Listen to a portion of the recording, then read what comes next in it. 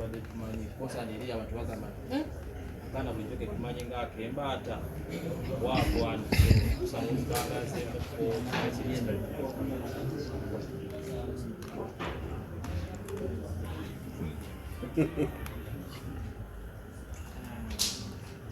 That is a very sensitive question because according to my background,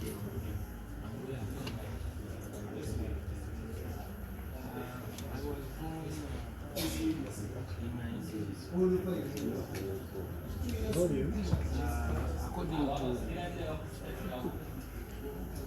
the people who knew my mother, 89 to 69.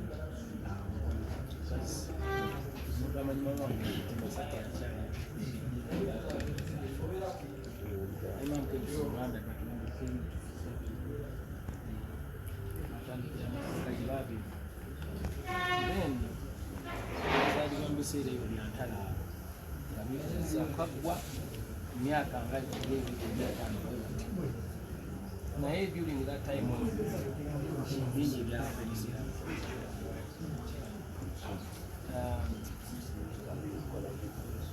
I had an idea of the story today by my mother. And by the time I never come mama for like 5 years. And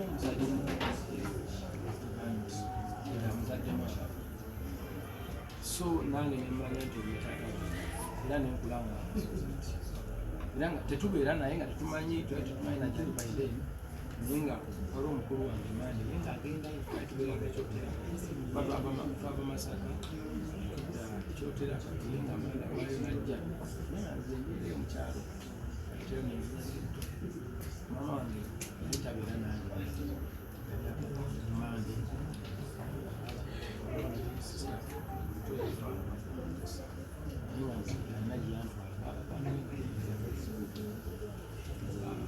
sama nyambe kwatagana close mama wange kuba nabeera nyo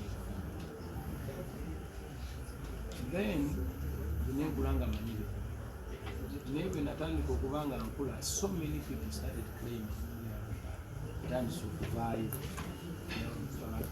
nagamba kinene nagamba ki but until one time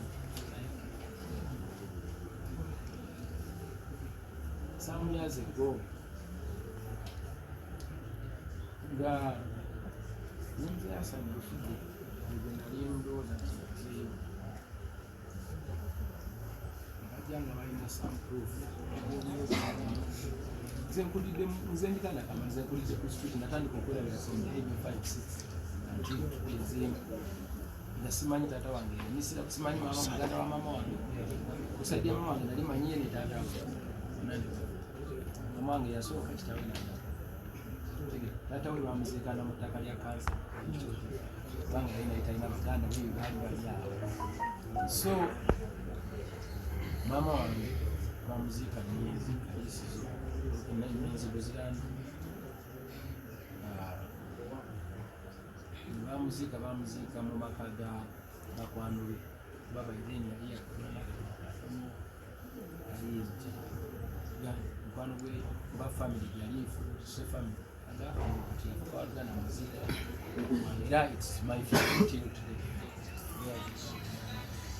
Kati mwalo kutandika n'okuyimba mfuse wa kabi waliwo abantu abagenda kulusisa enjawulo bandagako ebipiri nendabanga so I decided to go nzuka. This thing is sensitive because you have to represent them, and they are my sisters. You know, I have my sisters. I have Andy. And the champion is to go.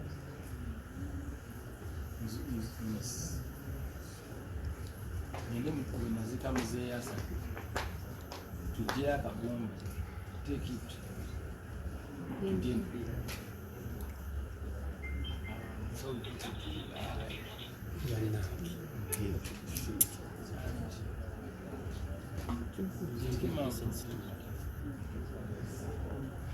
but still, is my father, share. Yazala mama,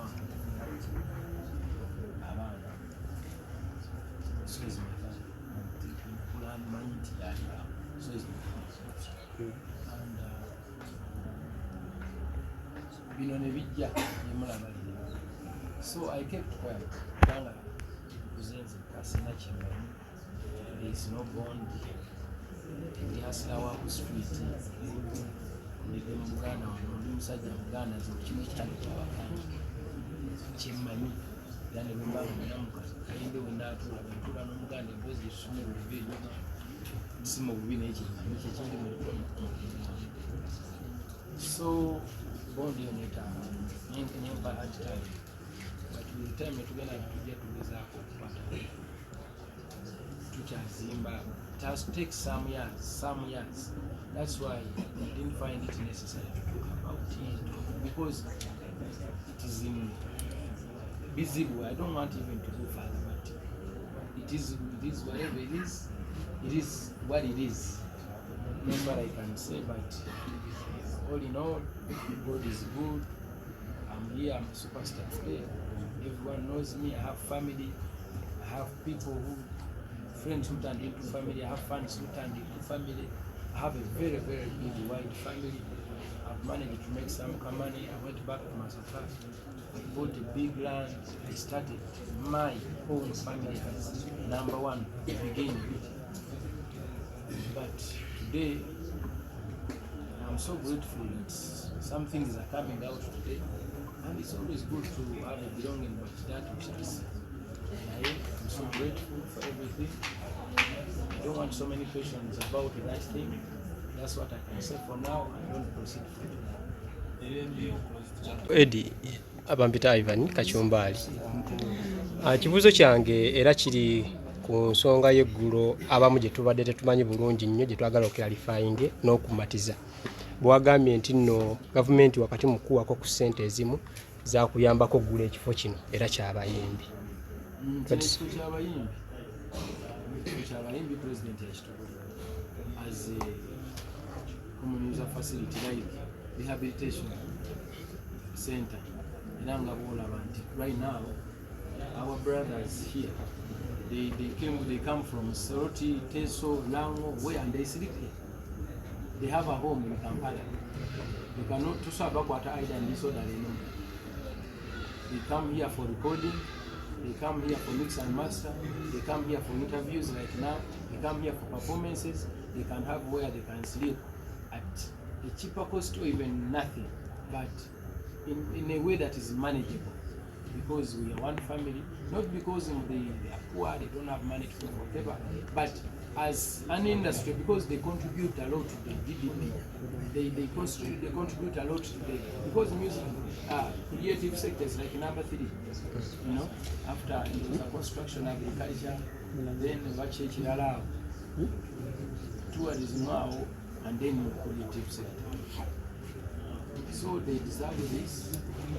Soon they will bingi tujja kuba tubabuulira because people akakyatambula. There are some things that are still moving on. I'm not even allowed to talk about this. Though we had to tell the president because he even said it's already, maybe it is already paid or not, but it's already. So I don't think we should also proceed from there, but this is musician's place. And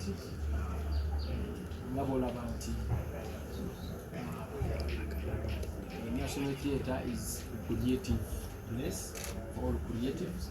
Even we have the office of the SPA, the Senior President Advisor on the Creative. The office is in Myenga. When other creatives don't come here, only music here. Other creatives go to Myenga. You know? So we are still in the beginning. Rome was not built in one day. So I cannot have a lot of explanation about these things until everything is ready, then we shall get it.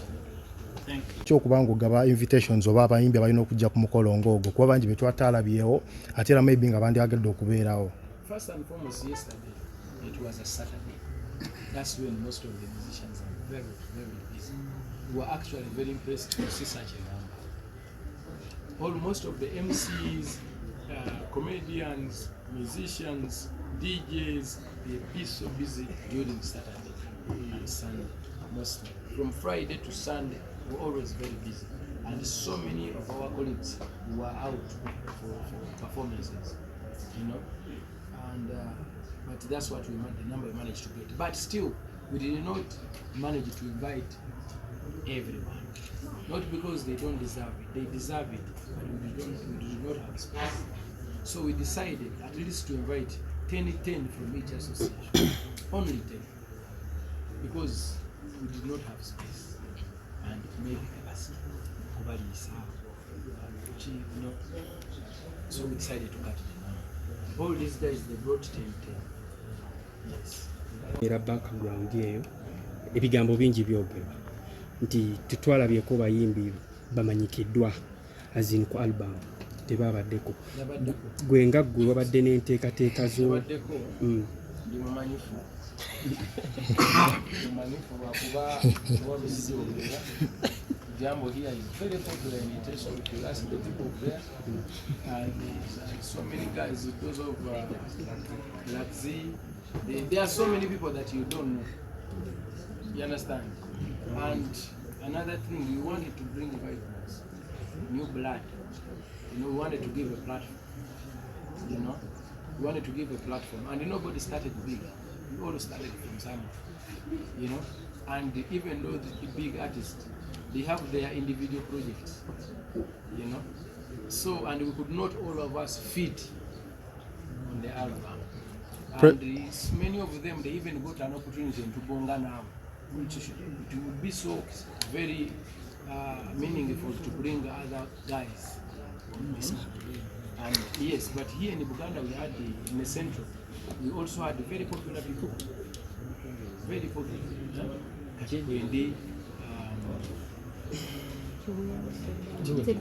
Sebali kwali, Mukabya kwali, Bani abalala. Many guys are on. Guys, the abantu kwe bali kwa album.